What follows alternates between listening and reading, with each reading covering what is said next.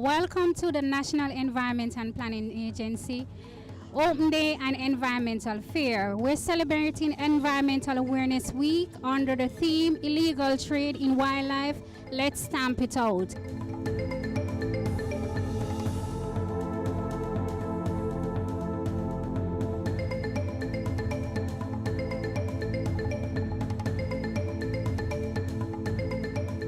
The smuggling of endangered species is thought to be the second biggest smuggling issue by value globally. It's not just about elephant tusks and rhinoceros horns in Africa. There are all kinds of things that people have been caught with trying to cross our borders. Mr. MacDonald was speaking at the launch of Nepa's Environmental Awareness Week and Environment Fair recently. That our young people have perspectives and views that we need to listen to, because it is they who we are doing a lot of this work for, as we try to make sure that we leave them with the opportunities to arrive at sustainable prosperity, and that they in fact grow up into a future in which some of the environmental resources that we still have can be maintained and enjoyed by themselves and their future generations. Who will try to preserve me? Who will choose a paper over plastics? Who will hug the weeping trees? Who will speak up for the bees and the birds who have no words? Who will honor me? Who will honor me? Who will honor me? This bitter earth. Today we have more than 30 exhibitors on display. These include students such as Westwood High School, Alpha Infant Primary, as well as Micah Practicing Primary who performed. Our club in general, what we do, we recycle. So we made a plan with a recycling company where we actually gather the bottles in hundreds and then they come and take them away and get fit for that. So that's how we do with the bottles. This is the project that we did for the JET competition, Clean Coast competition, where we launch awareness with tourist attractions on the shore, right? And we chose Roxborough. So this is a model of Roxborough, how it was before we clean up and stuff like that.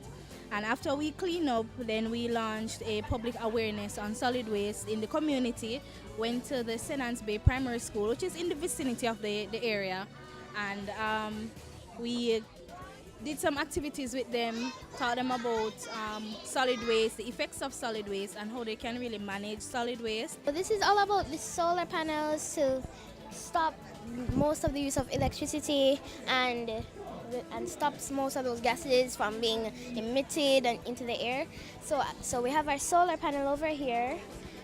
When the sun hits that, it'll run through the controller, and it'll only get 12 volts DC. And it will go to the inverter, change that to 110 volts AC, and that is what powers the houses, the refrigerators, the televisions. My topic is about solutions to climate change. Yeah. So some of my solutions will be like to plant more trees, to absorb carbon dioxide, and to start carpooling, so the emissions from the vehicles don't let out the gases in the atmosphere and pollute the air and make everyone sick. Similar sentiments were shared by toddlers from Alpha Infant School. Stop putting garbage in the gully and keep the gully clean. I am a gully caretaker.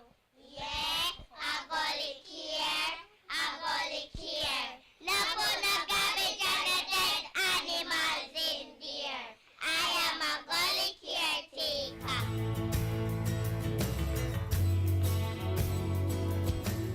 And what more can we do to protect our environment? So I want to urge that as many persons as possible also look through this wildlife policy document, reflect on the wider issues relating to wildlife management in Jamaica and the rest of the Caribbean, and also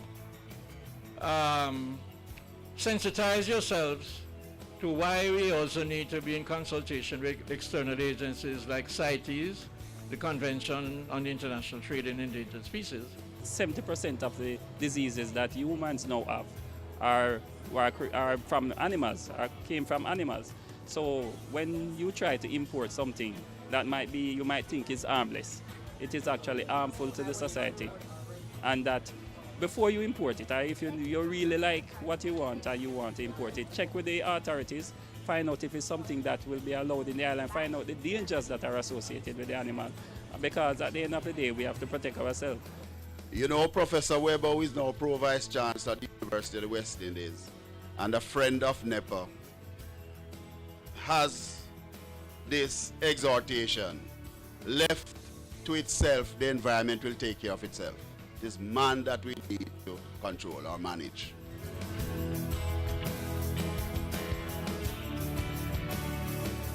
I'd like to take this opportunity to place on record our gratitude to the more than 30 partners who have joined us today. Your presence here indicates that we cannot operate in silos, but have a collaborative approach to our work.